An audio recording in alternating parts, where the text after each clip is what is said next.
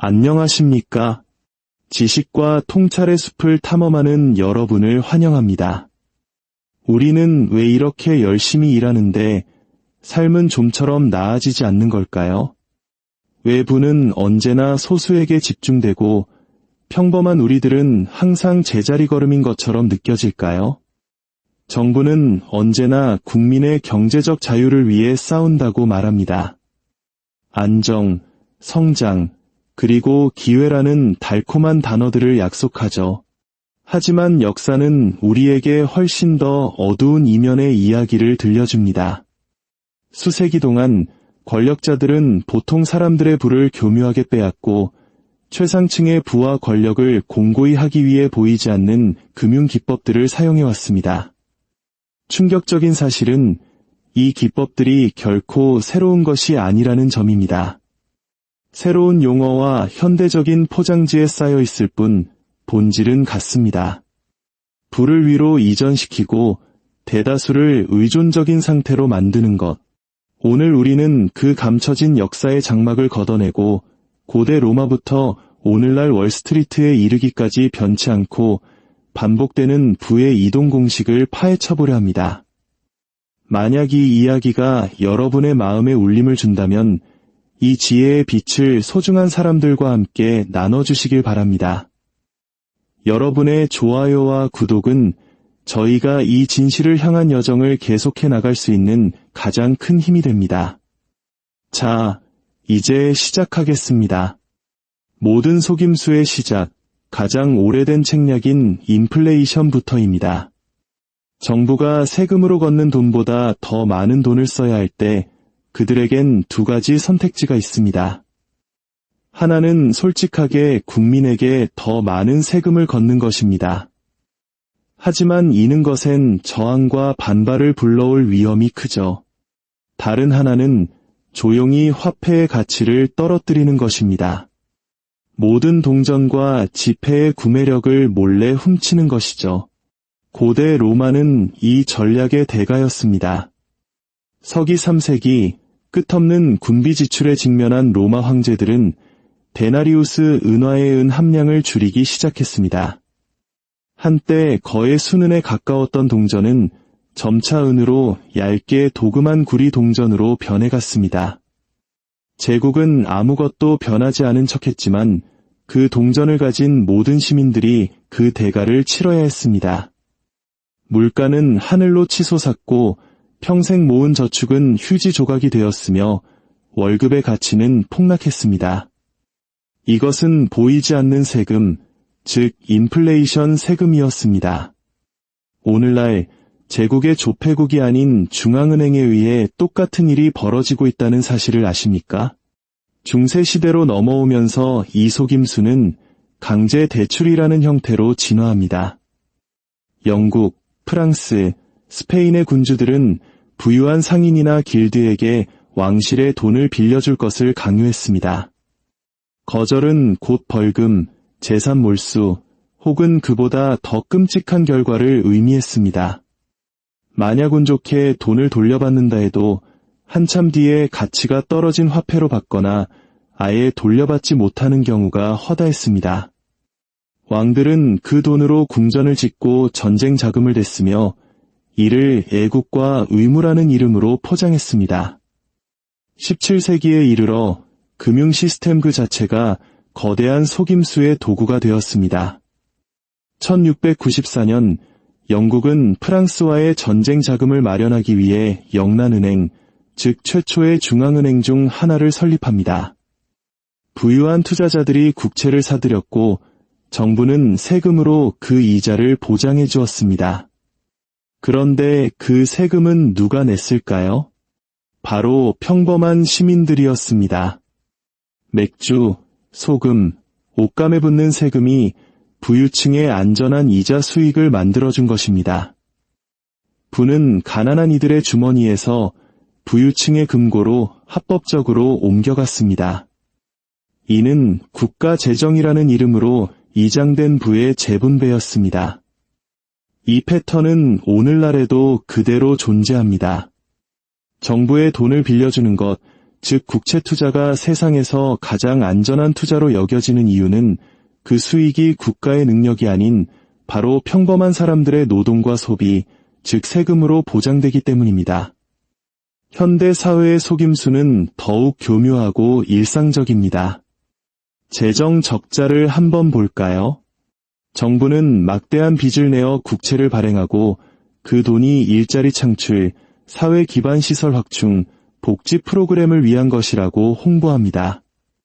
하지만 현실에서 그 돈의 상당 부분은 거대 방산업체, 대기업 보조금, 그리고 부실 금융기관을 위한 구제금융으로 흘러들어갑니다. 그리고 빚을 갚아야 할 때가 오면 정부는 최상층의 것을 깎지 않습니다. 대신 세금을 올리거나 화폐를 더 찍어내 가치를 떨어뜨리거나 서민들을 위한 복지 혜택을 줄입니다. 빚은 국민을 위한 것처럼 보이지만 그 부담은 언제나 국민의 어깨 위에 지워집니다. 그리고 구제금융이 있습니다. 2008년 글로벌 금융위기를 기억하실 겁니다. 은행들은 무모한 투자로 부실 모기지 상품을 팔아치웠고 결국 세계 경제를 붕괴 직전까지 몰고 갔습니다. 누가 그 대가를 치렀습니까? 바로 평범한 납세자들이었습니다. 그런데 위기 이후 누가 이익을 보았을까요? 아이러니컬하게도 위기를 초래했던 바로 그 은행들이었습니다. 그들은 국민의 세금으로 살아나 이전보다 훨씬 더 거대하고 강력해졌습니다. 이익은 사유화하고 손실은 사회화한다. 이것이 바로 그들의 공식입니다. 대중들은 시스템을 구하기 위해 어쩔 수 없는 선택이었다는 말을 들어야만 했습니다. 이는 우리 한국인들에게 1997년 IMF 외환위기를 떠올리게 합니다. 온 국민이 금 모으기 운동으로 나라를 살리기 위해 헌신했지만 그 고통의 과실은 과연 누구에게 돌아갔을까요? 이 질문에 우리는 정직하게 답해야 합니다. 심지어 우리의 노후를 보장해야 할 연금 시스템마저 교묘한 속임수 위에 세워져 있습니다. 수십 년간 시민들은 정부가 관리하는 연금 시스템에 꼬박꼬박 돈을 납부하며 미래를 맡겼습니다. 하지만 정부는 그 돈을 따로 저축해두지 않습니다. 즉시 다른 곳에 써버리고 장부상에 빚으로만 남겨놓습니다. 계획은 언제나 똑같습니다. 미래 세대의 납세자들이 현재의 연금을 지불할 것이라는 약속. 이는 인구가 계속 늘어날 때만 지속 가능한 일종의 세대 간 폰지 사기입니다. 시스템에 무리가 오기 시작하면 정부는 개혁이라는 이름으로 은퇴 연령을 높이고 혜택을 줄이거나 인플레이션으로 연금의 실질 가치를 무의미하게 만들어버립니다. 이 모든 단계에서 속임수는 인식의 조작에 의존합니다. 인플레이션은 경제 성장으로, 강제대출은 국민의 의무로, 국가부채는 미래를 위한 투자로, 구제금융은 시장 안정으로, 연금삭감은 지속가능한 개혁으로 둔갑합니다. 언어가 현실을 가리고 부가 조용히 상층부로 이동하는 것을 은폐합니다. 최근 수십 년간 속임수는 더욱 정교해졌습니다. 양적 완화라는 말을 들어보셨을 겁니다. 2008년 위기 이전에는 대부분의 사람들에게 생소한 용어였습니다. 중앙은행이 허공에서 수조 달러를 만들어내 국채와 자산을 사들이는 정책입니다. 이 돈은 금융 시스템을 구했고 주식, 채권, 부동산과 같은 자산 가격을 폭등시켰습니다. 그런데 그 자산들을 대부분 누가 소유하고 있었을까요? 바로 부유층입니다. 평범한 가게에 돌아온 혜택은 미미했습니다. 오히려 시장은 왜곡되었고 생활비는 치솟았으며 불평등의 골은 더욱 깊어졌습니다. 특히 한국에서는 양적 완화가 서울의 아파트 가격을 천정부지로 끌어올려 평범한 월급 생활자들이 내 집 마련의 꿈을 포기하게 만드는데 결정적인 역할을 했습니다. 또 다른 속임수는 소리 없는 세금입니다. 정부는 소득세를 직접 올리는 대신 판매세, 유류세 등 숨겨진 세금을 부과합니다. 그리고 그중 가장 강력한 것이 바로 인플레이션입니다. 물가가 월급보다 더 빨리 오를 때 그 차액만큼이 바로 당신의 저축과 구매력에 부과되는 조용한 세금입니다. 정부는 인플레이션을 사랑합니다. 자신들의 빚의 가치를 침식시켜주기 때문이죠. 하지만 시민들에게 인플레이션은 경제적 자유를 갉아먹는 독입니다. 규제 포획이라는 것도 있습니다. 규제는 본래 대중을 보호하기 위해 만들어집니다. 하지만 역사를 보면 규제 대상인 산업이 오히려 규제기관을 장악하는 일이 비일비재합니다. 19세기 철도 산업부터 오늘날의 거대 기술 기업과 금융산업에 이르기까지 가장 큰 플레이어들은 자신들에게 유리하도록 규칙을 만듭니다. 대중에게는 보호처럼 보이지만 내부자들에게는 독점 이익일 뿐입니다. 전쟁 자금 조달 역시 고전적인 속임수입니다. 2차 세계대전 당시 시민들은 애국을 위해 전쟁 채권을 사라는 말을 들었습니다.